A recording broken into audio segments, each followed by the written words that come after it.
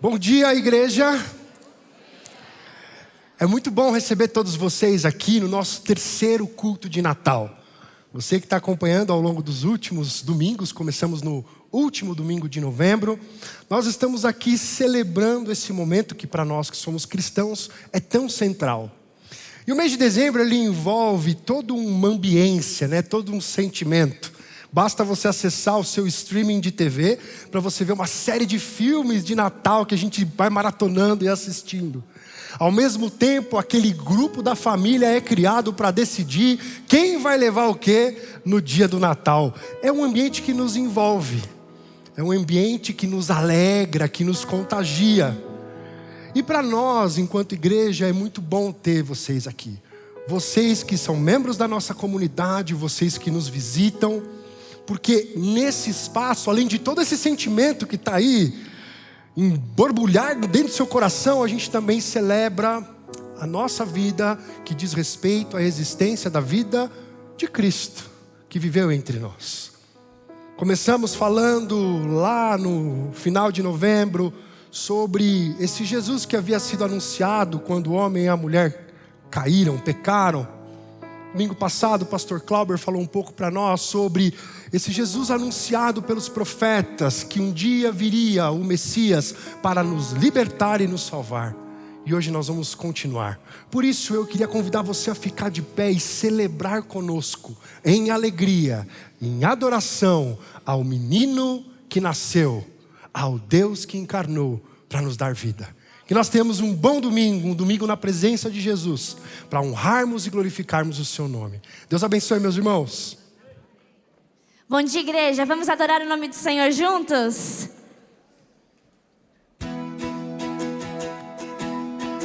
Veio para ser a luz aos que em meio à sombra vivem resplandecer.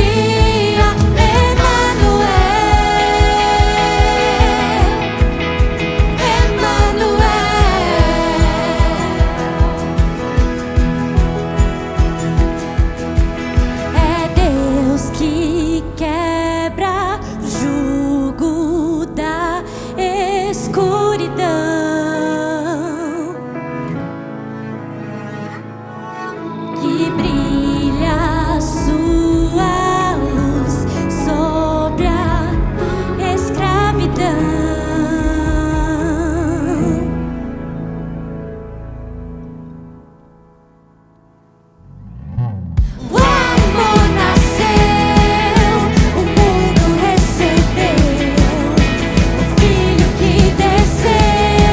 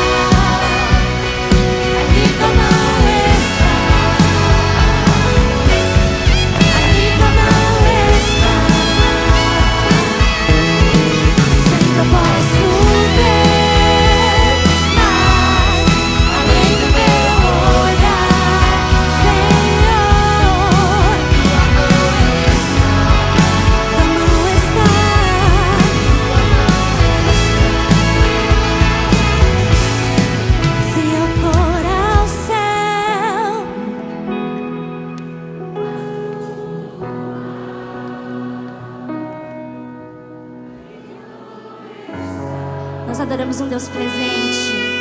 Ali tua mão está, mesmo quando não vemos. Nem sempre eu posso, além do meu olhar,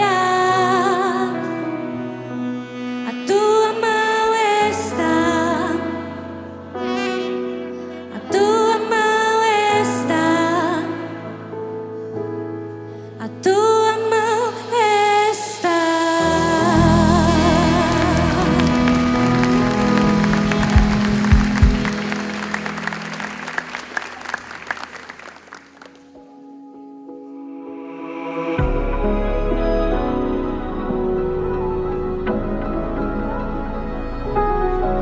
Em espírito e em verdade,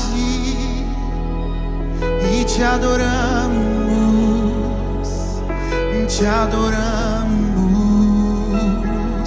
em espírito, em verdade, e te adoramos, te adoramos.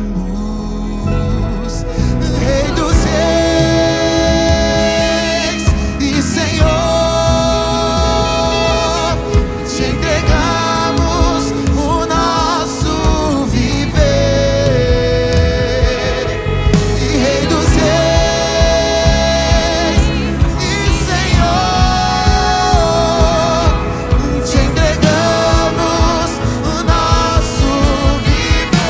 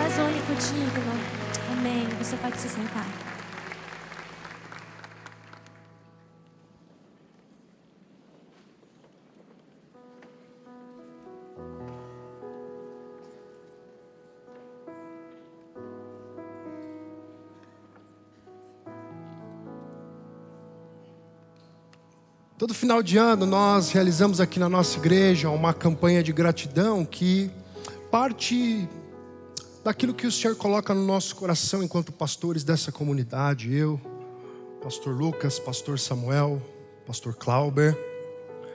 E a campanha desse ano a gente resolveu nomear de Por Amor à Casa. Por que a casa é mais importante do que os que habitam a casa? De forma nenhuma, é o contrário.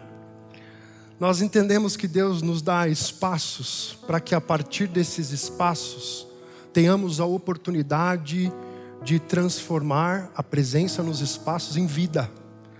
Para você que é mais antigo nessa comunidade, você sabe que há quase 45 anos atrás, um pouco menos, isso aqui era um morro, cheio de barro. E um dia isso teve apenas os pilares. E os cultos eram realizados aqui sem telhado. Um espaço, uma casa física na qual Deus nos proporcionou vivermos essa edificação espiritual que somos todos nós.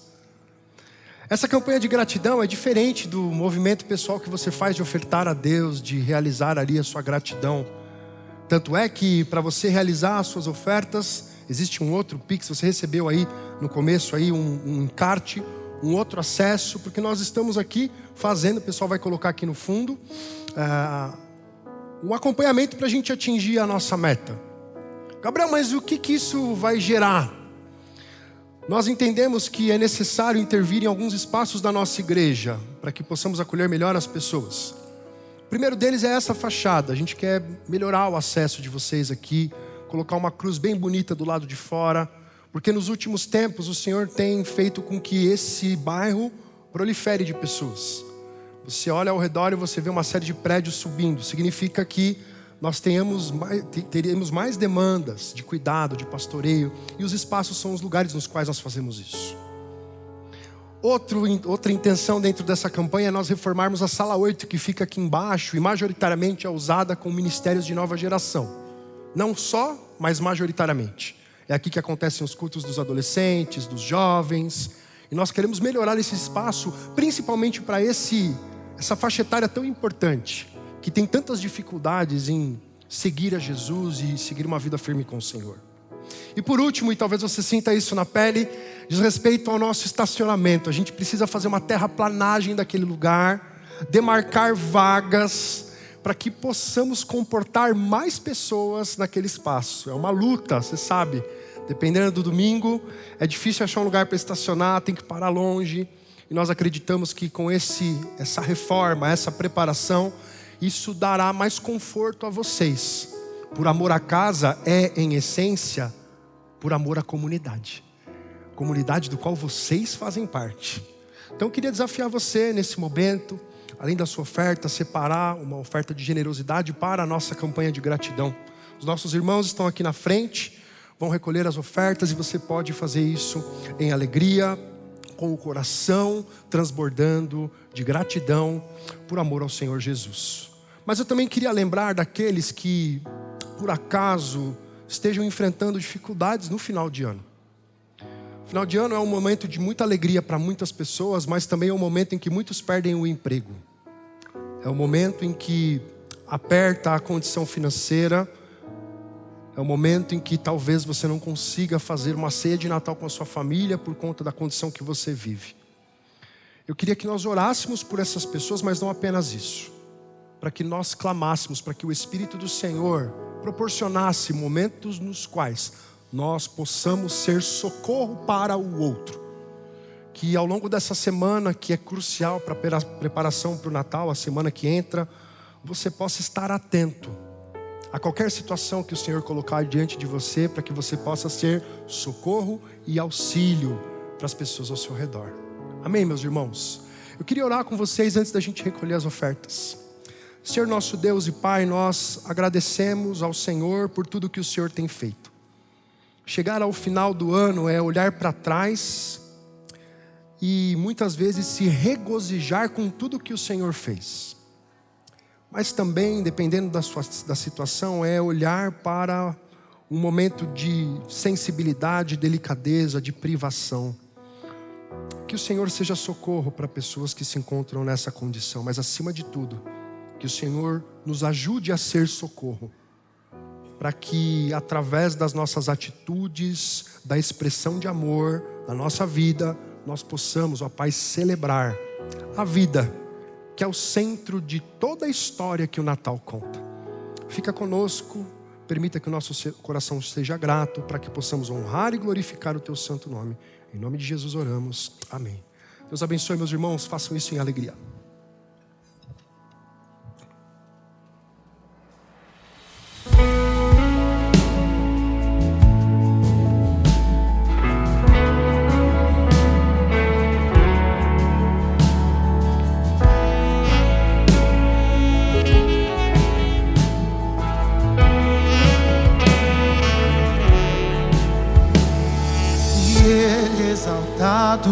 O Rei exaltado nos céus, eu louvarei. Ele exaltado, para sempre exaltado o seu nome. Louvarei. E Ele exaltado, o Rei exaltado nos céus, eu louvarei. Para sempre exaltado o seu nome, louvarei.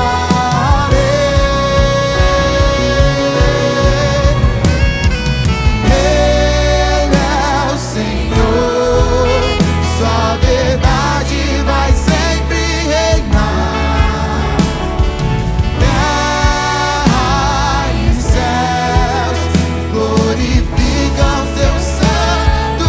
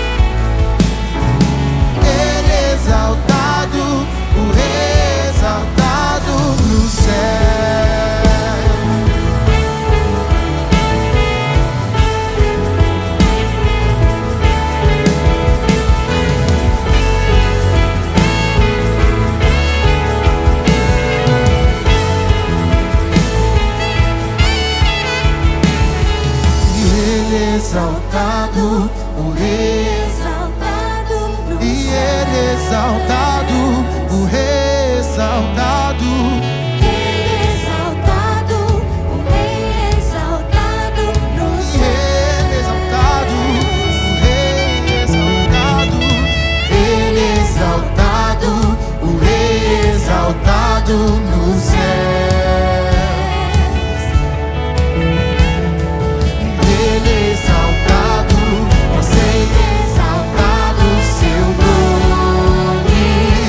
Louvado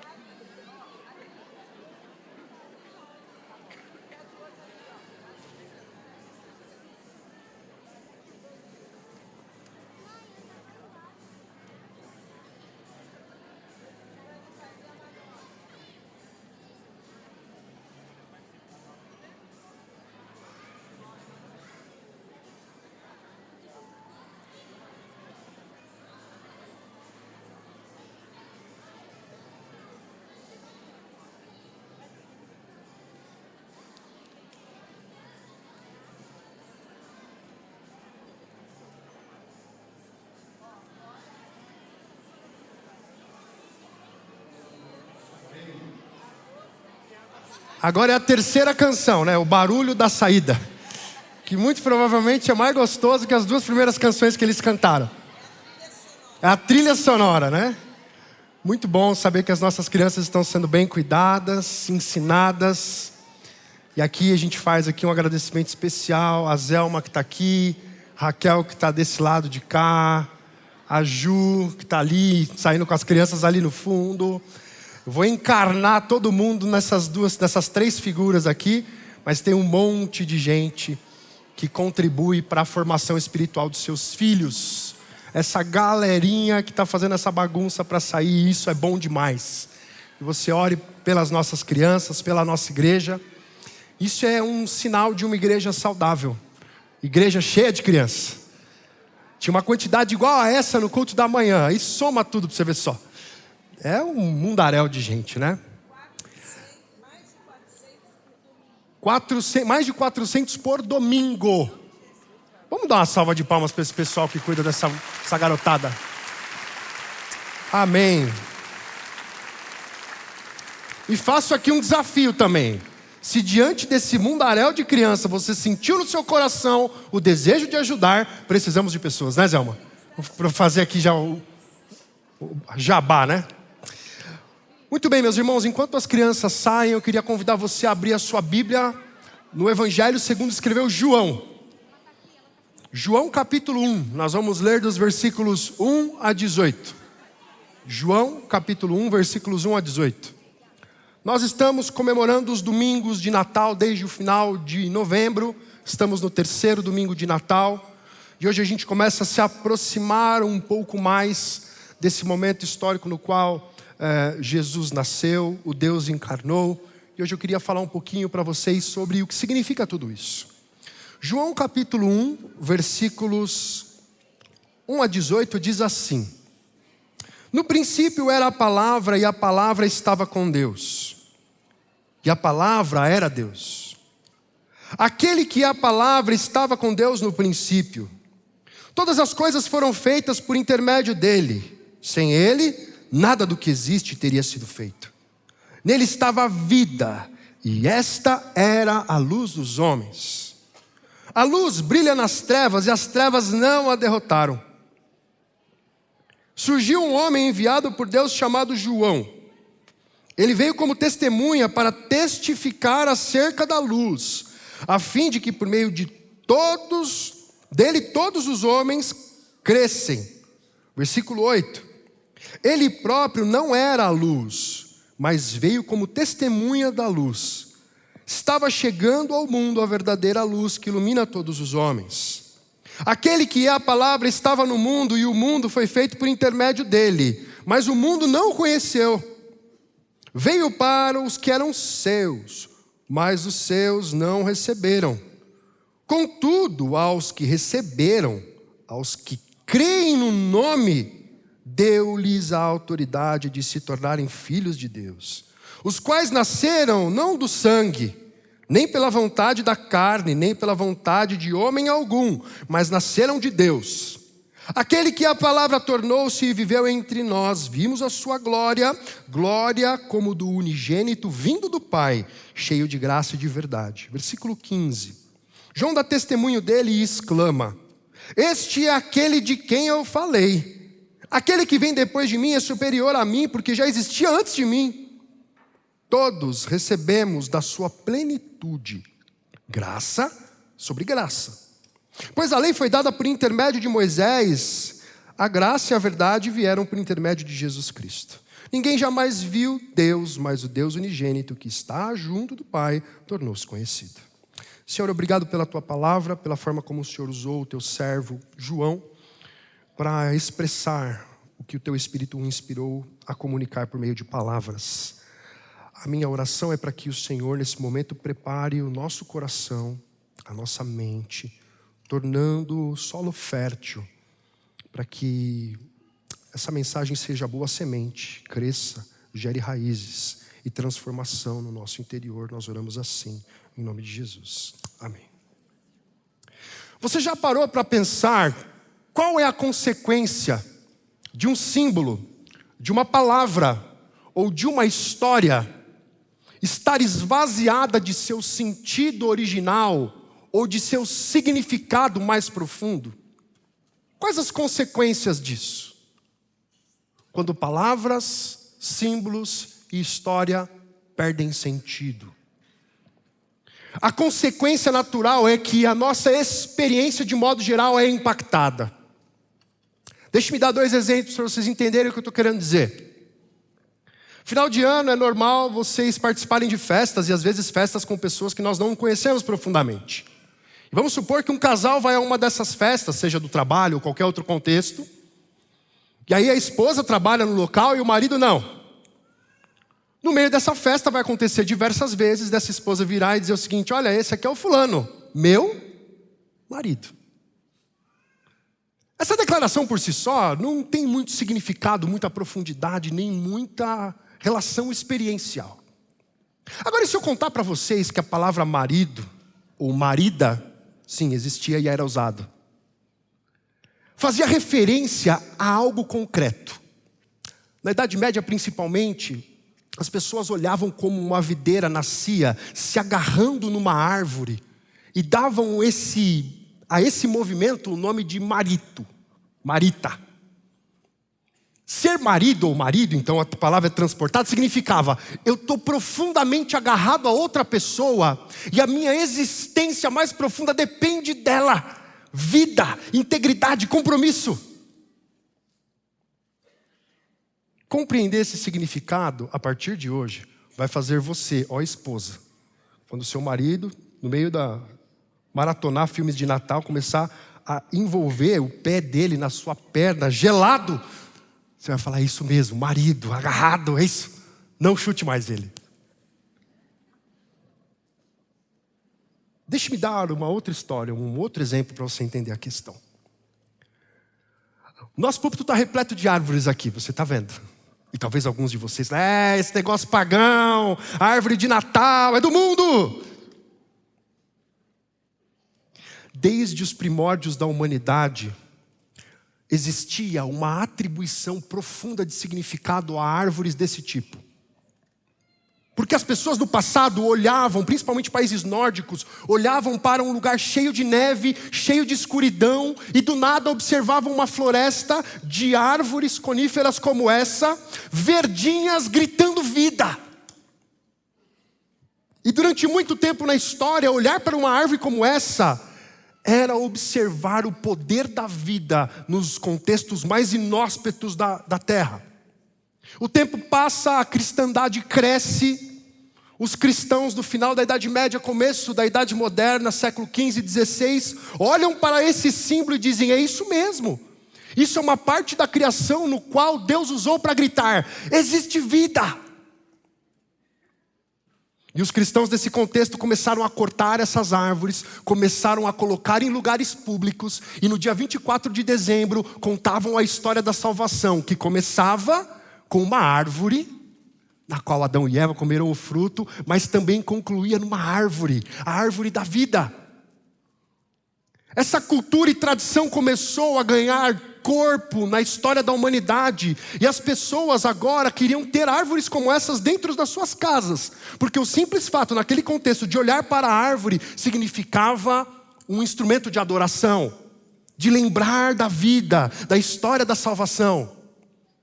No século 17 e 18, os alemães luteranos olham para esse símbolo e pensam: dá para deixar isso melhor. E eles começam, além de toda essa carga de significado, começam a inserir velas nas árvores. Porque a vida não faz sentido sem o autor da vida, Jesus.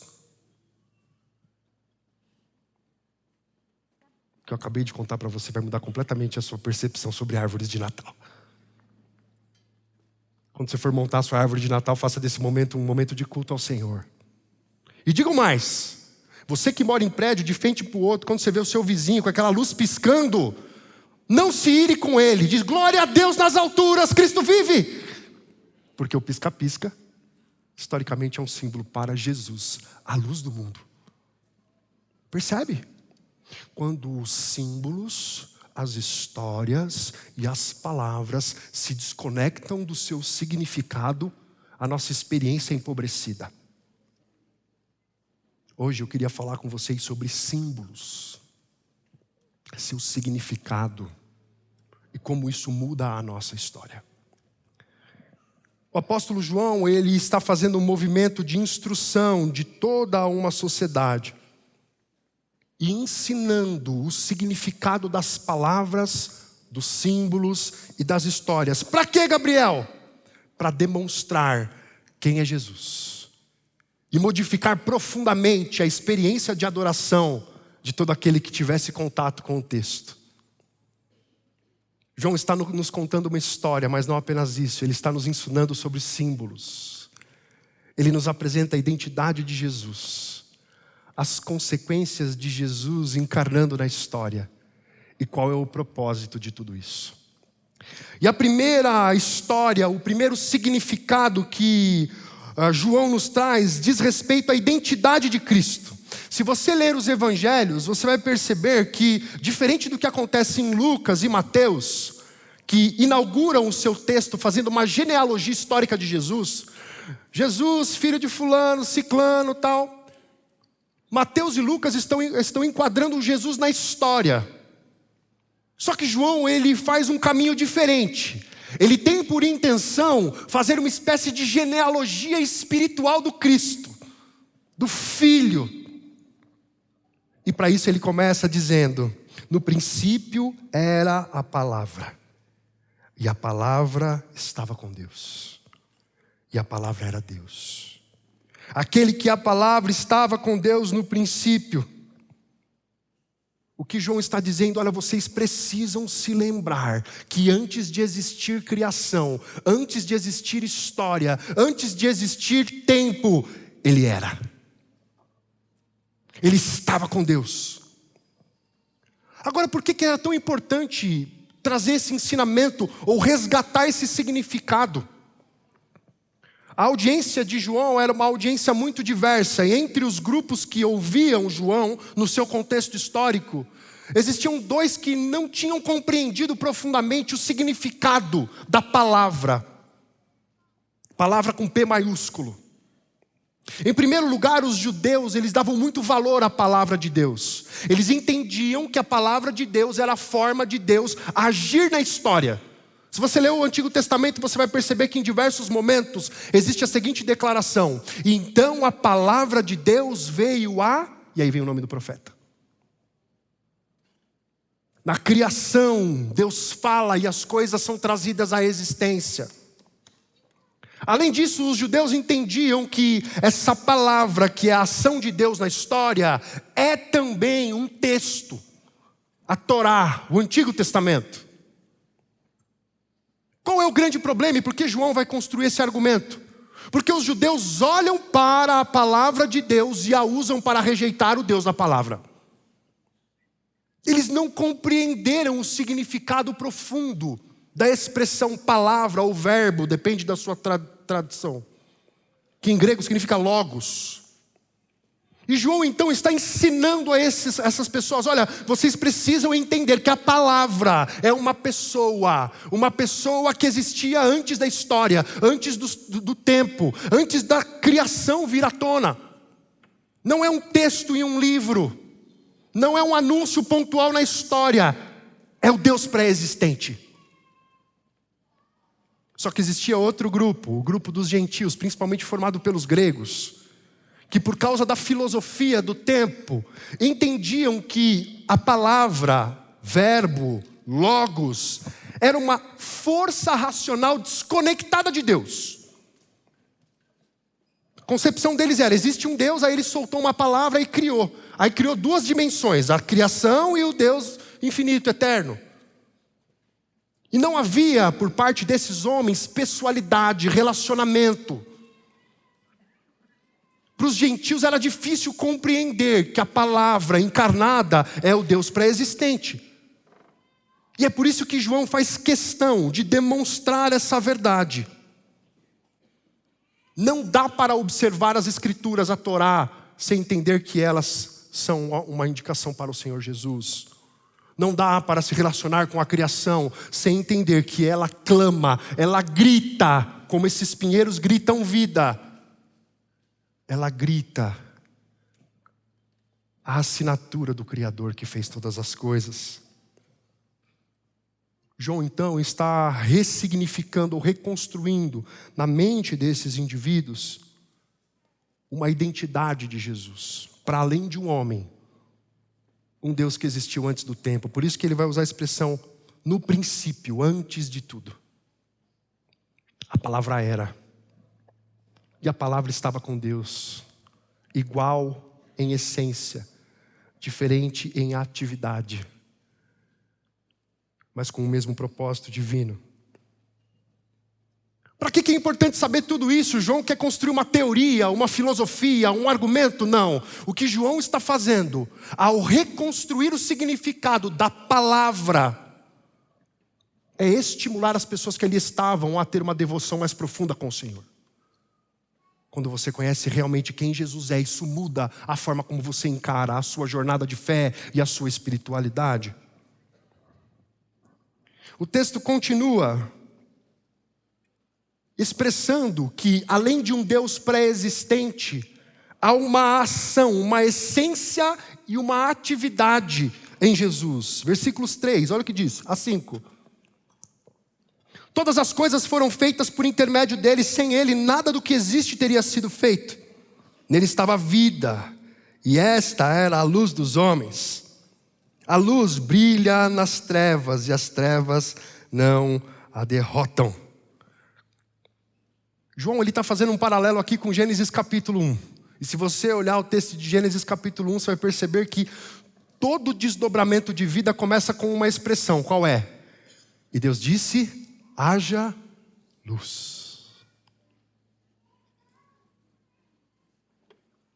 O que João está dizendo é, olha, esse símbolo, essa palavra, ela atua criando, ela atua dando vida. Se você fizer estudos em biologia, você vai perceber que a luz é determinante para a construção de cadeias de existência. E a ausência dela gera privação de vida, morte. O que João está dizendo é, olha, vocês precisam entender que antes de tudo ser criado, existia um Criador de tudo. Antes do fôlego da vida existir, o sopro divino falando haja luz já existia. Agora, existe algo bastante interessante nesse texto que merece a nossa atenção. Luz no sentido de criação indica o próprio Cristo que cria. E a criação que passa a ter vida a partir de sua ação. No texto grego, no Novo Testamento, existem duas palavras para se referir à vida. A primeira palavra diz respeito à vida na dimensão biológica, física. E a segunda diz respeito à vida no sentido espiritual. E é essa que o João usa aqui no seu texto. O que ele está dizendo, em outros termos, é, olha, para vocês conhecerem profundamente a história da salvação, vocês precisam entender que Jesus é o mesmo que dá vida a tudo que existe materialmente, mas também que dá vida a tudo que existe espiritualmente. Em outros termos, João está dizendo assim, olha, compreender Jesus profundamente significa entender que toda a existência, espiritual ou material, tem a ver com o que ele fez. Antes de tudo existir. Antes de Deus dizer haja luz, ele disse haja cruz. Salvação, restauração, resgate. Compreender isso em profundidade muda a nossa perspectiva. Nos faz entender que Jesus permeou as duas dimensões, a da eternidade, permeia a da eternidade e da materialidade. Para quê? Por amor a mim e a você. Esse significado, portanto, precisa nos levar à adoração, resgatar a consciência desse símbolo. Precisa nos levar à adoração. Nós precisamos entender que a luz do mundo nos livrou de trevas. Trevas não têm uma existência por si só. Uma pequena chama de fogo é capaz de dissipar umas trevas que invadem um espaço gigantesco. E trevas de um espaço gigantesco não têm poder de apagar uma pequena chama que ilumina um lugar. vida. Jesus é o Deus pré-existente, que gerou em nós mudanças de tal ordem, que não conseguimos mais responder da mesma forma. Todas as vezes que nós olhamos para a luz, nós precisamos entender o que ela significa, para o que ela aponta, qual o seu significado. Eu quero que agora você olhe para a pessoa que está do seu lado, se for sua esposa, seu filho, seu neto. Olhe bem para essa pessoa, até o ponto de constrangê-la. Olhar para essa pessoa é, em última instância, ter consciência de que ela só existe porque um dia a luz trouxe tudo à existência. Só existe o sorriso no rosto do seu neto, do seu filho, porque um dia a luz do mundo trouxe tudo à existência. Só existe conforto de se alimentar bem. Já pensou, você chegar todo dia, vai almoçar com o pessoal e você olha, que salada maravilhosa. Se a luz do mundo não tivesse vindo e criado tudo isso, eu não poderia ser uma pessoa fitness. Olhar para Jesus entendendo o significado muda a nossa consciência. Mas essa luz que ilumina e cria tudo também gera vida para além da vida. Essa luz que iluminou o mundo, iluminou o nosso coração, permeado por trevas, nos dando a possibilidade de habitar o local de plena luz e eternidade. Um dia todos nós estaremos no lugar onde não habitam as trevas. Todos nós estaremos num lugar onde não habita o pecado. Todos nós estaremos num lugar permeado exclusivamente por luz. E isso só é possível porque um dia o Deus pré-existente resolveu se tornar existente materialmente para nós. O evangelista João continua a sua explicação e a sua reconfiguração de símbolos e significados, partindo para a segunda dimensão. Se essa luz habitou a eternidade, gerando vida, um dia ela decidiu habitar a história. Do ponto de vista da história, não existe nada mais poderoso do que um testemunho. Um documento pode contar uma história, uma foto pode contar uma história, uma edificação pode contar uma história, mas quando uma pessoa conta uma história que experimentou, isso muda completamente a história, muda o jogo. É por esse motivo que João faz questão de começar a falar sobre Jesus, a luz do mundo que habitou a história, por meio de um testemunho da história que alguém contou. Olha o que diz o texto. Surgiu um homem enviado por Deus chamado João. Ele veio como testemunha para testificar acerca da luz, a fim de que por meio dele todos os homens crescem. Ele próprio, João Batista, não era a luz, mas veio como testemunha da luz. Estava chegando ao mundo a verdadeira luz, que ilumina todos os homens. A luz pré-existente que habitou a eternidade antes de existir tempo, espaço, história, matéria, foi um bebê a quem foi dado a luz, com um propósito claro de habitar entre nós para transformar a nossa história e a nossa existência. O chamado de João Batista já era perceptível muito antes dele nascer. Se você ler os evangelhos, você vai perceber que existe uma cena muito bonita, no qual Maria, grávida de Jesus, encontra Isabel, grávida de João Batista. E quando elas se encontram, João Batista começa a dançar no ventre da sua mãe, um testemunho sem palavras. mas já materializando o chamado para qual Deus o trouxe, chamou a fazer. Por que é tão importante esse movimento que João faz de nos mostrar que a luz que habitava a eternidade passa a habitar a história? É importante porque esse significado, esse símbolo, o menino que nasceu, ele nos mostra que Deus habitou a história para transformar profundamente a nossa história. E isso é significativo.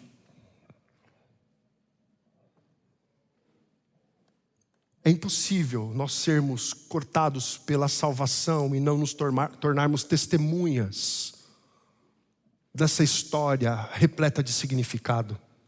É impossível ficar calado. Quem tem consciência profunda do que isso significa, fala, proclama. E o mais interessante é que João vai nos dizer o seguinte, olha,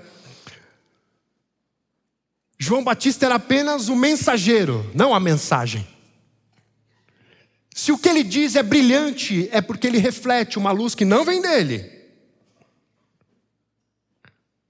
Nós somos chamados a comunicar a verdade de Cristo da melhor forma que for possível.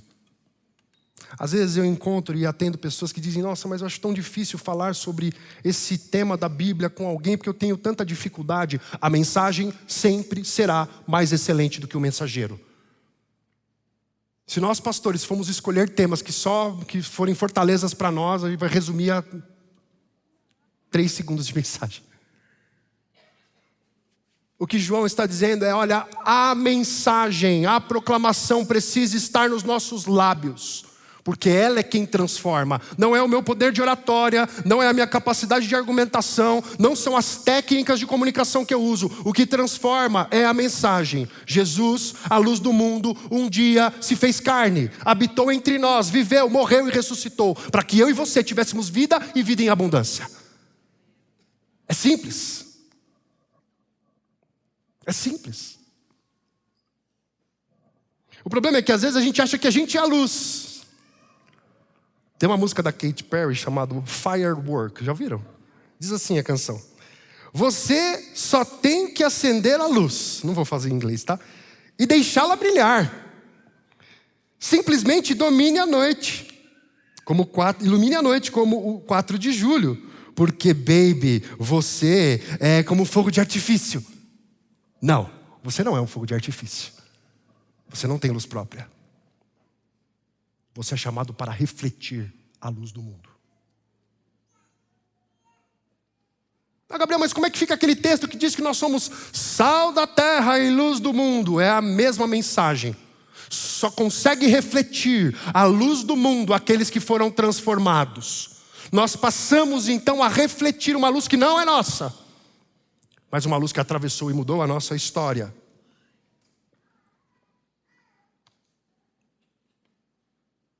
Jesus habitou a história para que nós o proclamássemos. Por isso que nós precisamos ter muito compromisso com aquilo que nós falamos, porque é possível, em alguns contextos, que a palavra Jesus esteja na nossa boca, mas ao explicá-lo saia trevas ao invés de luz. Quando distorcemos Jesus para que esse seja alguém adequado ao que eu penso, um revolucionário político, alguém com pautas sociais. Quando Jesus é deformado para que a minha convicção seja comunicada, isso é emitir trevas ao invés de luz. Nós somos chamados para testemunhar a mensagem do Natal verdadeira, de acordo com o que as Escrituras nos ensinam. Ao mesmo tempo, essa mensagem que é comunicada e proclamada, ela vai gerar reações e respostas. O texto é longo, não vou ler com vocês, mas vou explicar. O que o texto diz é que esse Deus que é luz, que criou o mundo, veio ao mundo e foi rejeitado. Veio aos seus e foi ignorado. A primeira possibilidade diante dessa luz que irradia dos profetas, dos cristãos que comunicam, é a rejeição. Do que João está dizendo aqui, o que ele está falando? Capítulo 1 de Romanos, o apóstolo Paulo é muito feliz em dizer o seguinte: tudo que de Deus se pode conhecer está manifesto entre nós. Olharmos para uma árvore, olharmos para uma criança sorrindo, olharmos para o céu brilhando, até o vendaval que pega a nossa cidade, é olhar para o que Deus fez. O problema, diz o apóstolo Paulo, é que diante da manifestação concreta de Deus, a criação, os homens rejeitaram a Deus. Da mesma forma, o texto continua dizendo que aqueles que eram seus, aí ele está fazendo uma referência aos judeus, quando a luz do mundo habitou entre nós, o rejeitaram, o menosprezaram. Mas para a nossa alegria, o texto nos diz que, mesmo em meio à rejeição, o símbolo do Jesus encarnado, ele representa um alargamento de fronteiras da salvação. Olha o que diz o texto, versículo 12, acompanhe comigo. Contudo, aos que receberam, aos que creram no seu nome, deu-lhes autoridade de se tornarem filhos de Deus, os quais não nasceram do sangue, não são judeus, nem pela vontade da carne, não são filhos físicos, nem pela vontade de homem algum, mas nasceram de Deus. A salvação nos alcançou. Deus habitou a história para que nós fôssemos incluídos na sua história, a história da salvação. E existe um símbolo que representa isso muito bem.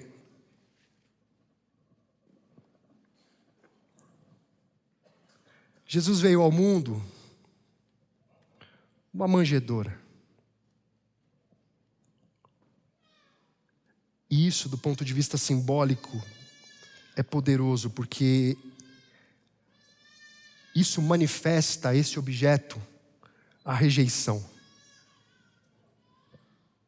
Os primeiros dias, os primeiros momentos de Jesus aconteceram no lugar de profunda rejeição. No lugar onde humanos não deveriam, obrigado, minha linda, onde humanos não deveriam estar. Jesus repousou num lugar sujo em que animais deveriam se alimentar. Esse símbolo histórico é poderoso porque ao mesmo tempo que ele diz, olha, o Cristo foi rejeitado, ele também nos diz, esse bebê que nasce passa a incluir os que estavam fora, os que não moravam na habitação, os que estavam condenados. A manjedoura, portanto, é um símbolo profundo que nos diz que esse Deus que é luz, que existia antes de tudo, encarnou na história para nos colocar na história. A história dos salvos, dos redimidos, dos restaurados. Graças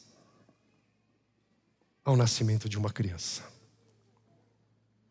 que se fez presente e habitou entre nós.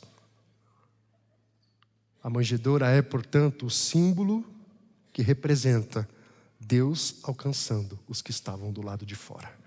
Eu e você. Mas essa história, ela não para por aí. João também vai nos dizer quais as consequências do Deus que é luz habitando na história. O que acontece?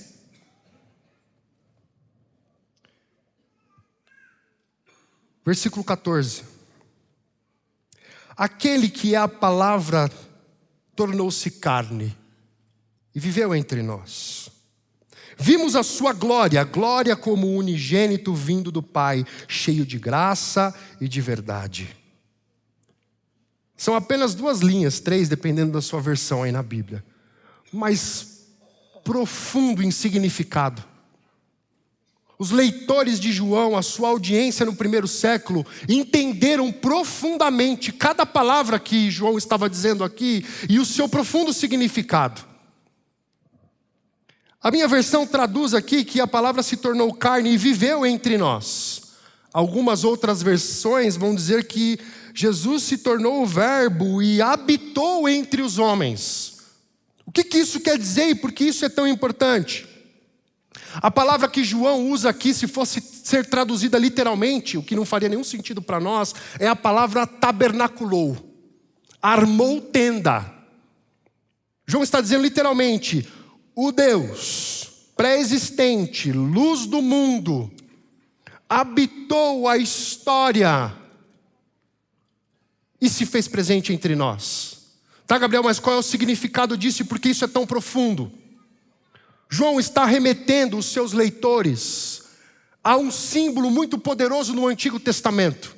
No Antigo Testamento, o tabernáculo era o espaço no qual exclusivamente havia a habitação de Deus. Você conhece a história? Sacerdotes eram os únicos que tinham acesso ao Santo dos Santos. E esse símbolo do tabernáculo, ele carrega uma série de significados profundos. Quais são?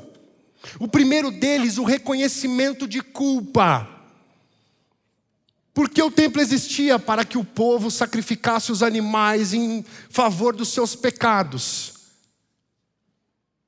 Esse sacrifício que era realizado era a reconexão entre Deus e os homens. Portanto, o tabernáculo também significa reconciliação. Quando João diz, Jesus é a luz do mundo que habitou, que fez tenda, que tabernaculou entre nós, ele está dizendo em outros termos, no passado a presença de Deus se manifestava num espaço restrito a poucos, mas agora o véu foi rasgado e a glória de Deus é visível para todos nós. Não existe como testemunhar essa história e perceber o que Deus fez no mundo sem entender que agora a glória restrita está disponível a todos nós.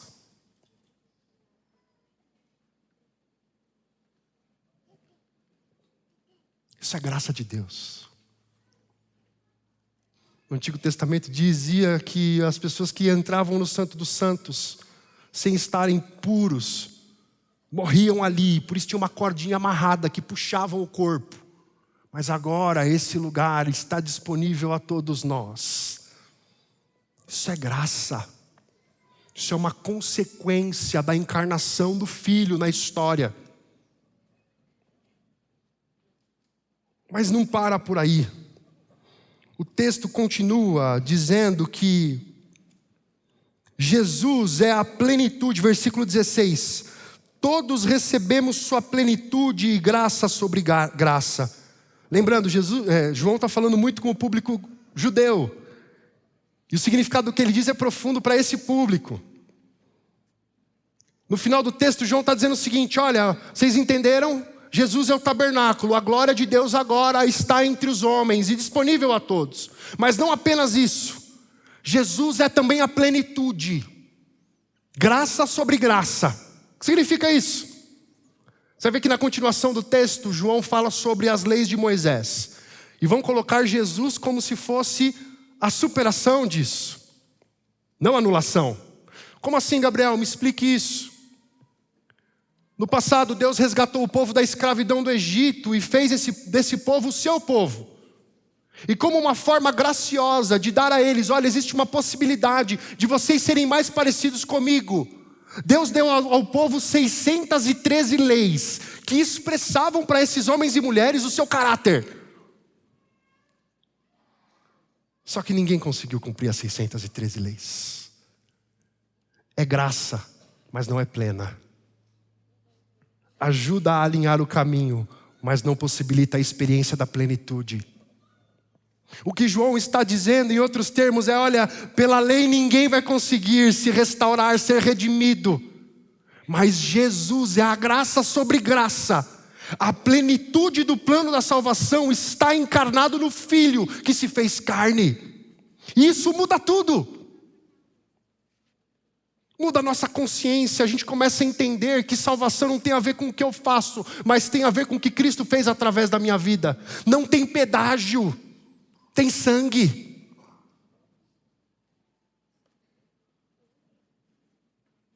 Por isso Jesus tem que ser encarado como a plenitude de Deus entre os homens. E o símbolo mais poderoso que expressa isso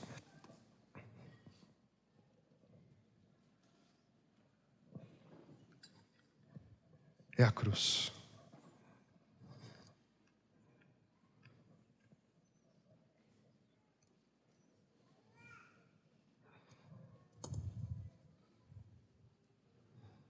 Jesus ressignifica esse símbolo, transformando a expressão máxima de morte em vida. Olhar para a cruz no primeiro século era olhar para o ponto final de uma história de alguém. Não tinha como escapar. Mas Jesus faz do símbolo que representava o ponto final da vida como o primeiro capítulo de uma nova história.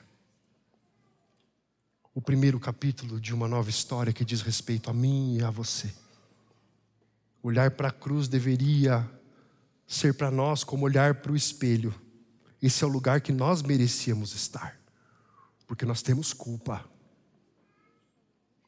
Mas aquele que não tinha culpa escolheu esse símbolo para mudar profundamente a nossa história. Isso tudo está em conexão. Não tem como pensarmos em cada um desses símbolos sem entendermos que eles comunicam algo. A luz do mundo, que habitou antes da história, antes do tempo, e rompeu na história, habitou entre nós. E ao habitar entre nós, nos levou para uma outra dimensão de existência. Símbolos que contam a nossa história. Símbolos que revelam quem éramos e quem nos tornamos. Não por nossas próprias forças, mas por causa daquilo que Deus fez na eternidade, na história, na glória. Senhor, nós te louvamos.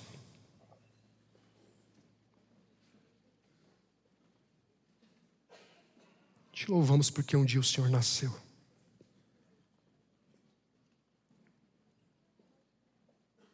O Senhor se fez carne para matar a nossa carne. O Senhor se fez homem para nos tornar outros homens, novo homem, nova criatura. Não há como nós olharmos para esses símbolos e ficarmos indiferentes a eles.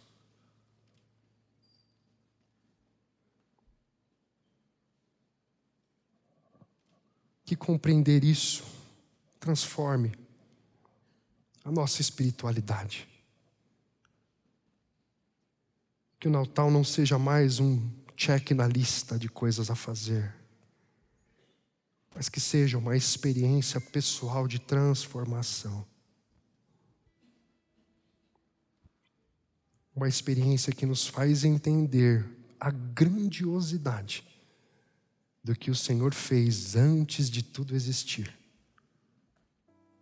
para que nós pudéssemos existir para uma dimensão celestial e eterna. Somos gratos por isso, Deus, porque o Senhor enviou o seu Filho para morrer por nós em nosso lugar, nos dando vida e vida em abundância. Que o teu Espírito fale aos corações nessa manhã, especialmente ao coração daqueles que não conhecem essa história, que talvez estejam no nosso meio, talvez estejam nos assistindo pela internet. Que esses símbolos gritem vida aos olhos desses irmãos e irmãs que aqui estão.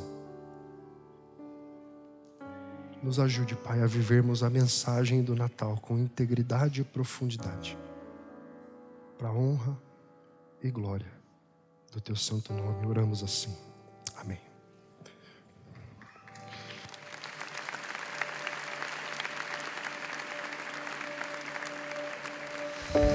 No início eras a palavra, com Deus o Altíssimo.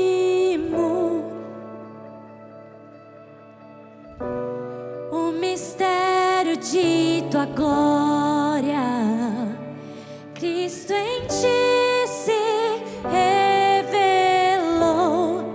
Ah, quão lindo esse nome é, ah, quão lindo esse nome é, o nome de Jesus, meu Rei.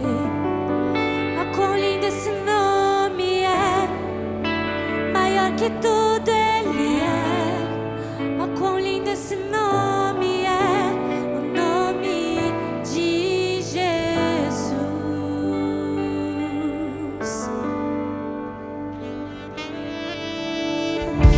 Deixou o céu para buscar-nos, veio pra nos resgatar. Amor maior que o meu pecado,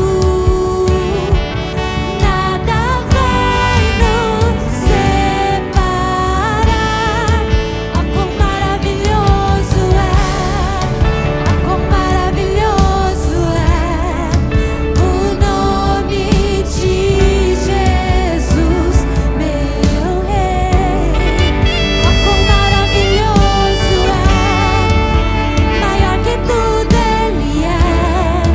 Ah, quão maravilhoso é o nome de Jesus. Ah, quão maravilhoso é o nome de Jesus.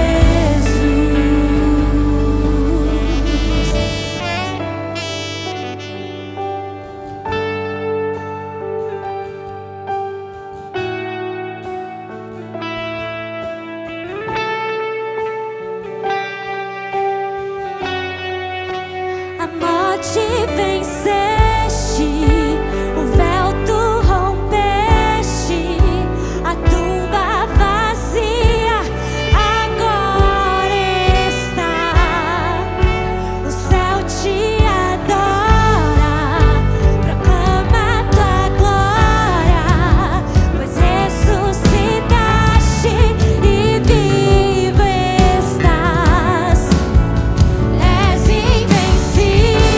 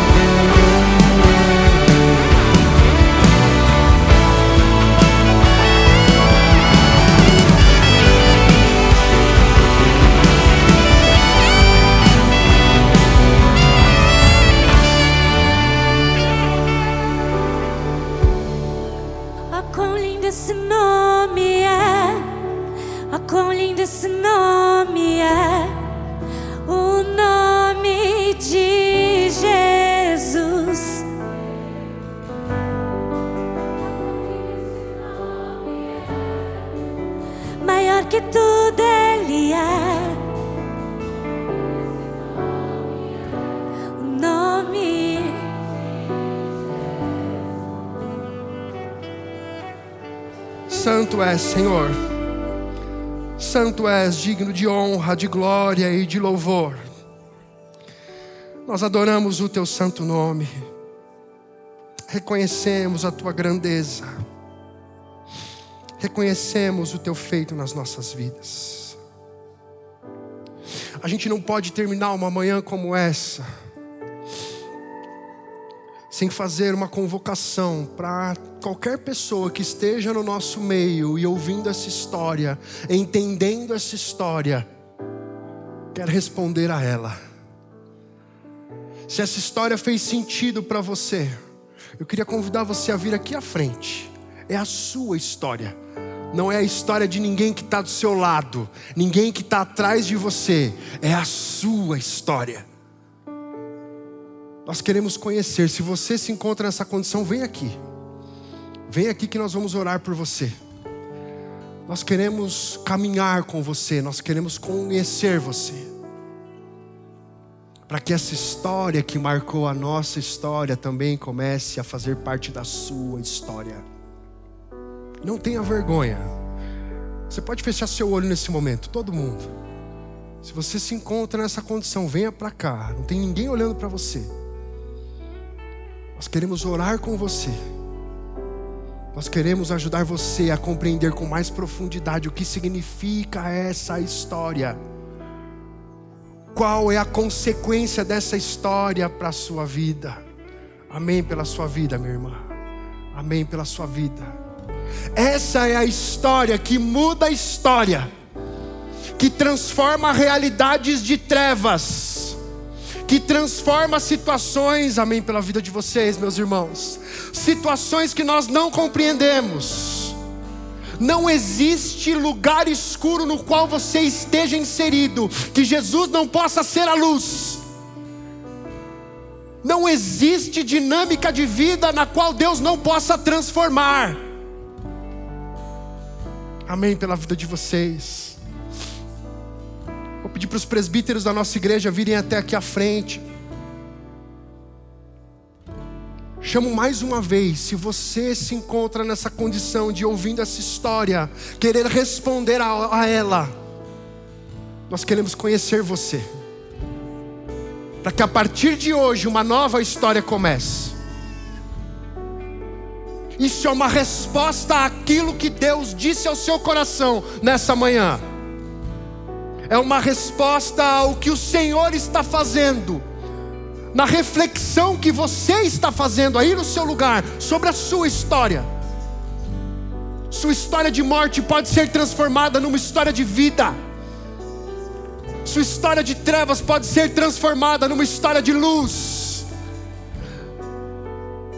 Porque Jesus é a luz do mundo que tira o pecado do mundo, que transforma realidades, que opera a transformação. Nós vamos orar, e se você ainda estiver no seu lugar, vem para cá. E depois da oração não vão embora. Os presbíteros vão conduzir vocês aqui e vão falar com vocês. Estenda suas mãos para cá, todos vocês. Senhor Deus de amor, graça, poder e autoridade, a salvação na tua casa, a salvação através do seu nome. Não existe lugar, ó Pai, de trevas na qual o Senhor não habite. Obrigado pela salvação que só é possível por meio do teu Filho. Louvamos ao Senhor por essas vidas que aqui estão, porque são símbolo concreto de que o Senhor ilumina o mundo. O Senhor ilumina aquele que não crê. O Senhor traz luz em meio às trevas e restaura a nossa realidade. Obrigado por isso, Senhor Jesus. Obrigado pela salvação. Obrigado pela cruz. Obrigado por habitar na história para mudar a nossa história. Que sejamos instrumentos de glorificação do seu nome, reconhecendo o que o Senhor fez por nós, nos transformando e nos dando nova direção. Obrigado, Jesus. Obrigado. Que o grande amor de Deus, a graça do nosso Senhor e Salvador Jesus Cristo, as doces e ricas consolações do Espírito estejam sobre nós sempre, sempre e sempre. E todos juntos dizemos amém, amém, amém. Glória a Deus. A morte venceste, o véu tu rompeste, a tumba vazia agora está. O céu te adora, proclama tua glória, pois ressuscitaste, livre estás. És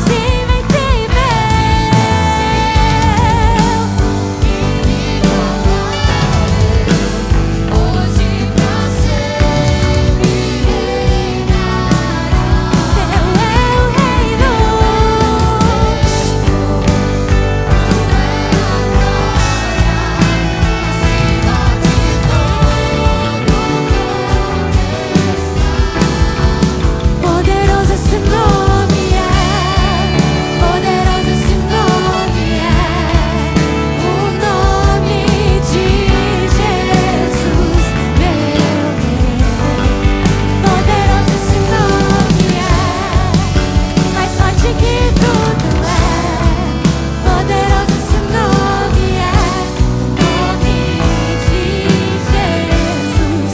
Poderoso esse nome é, o nome de Jesus. Poderoso esse nome é, o nome de Jesus. Nosso Deus é vivo, por isso nós podemos cantar.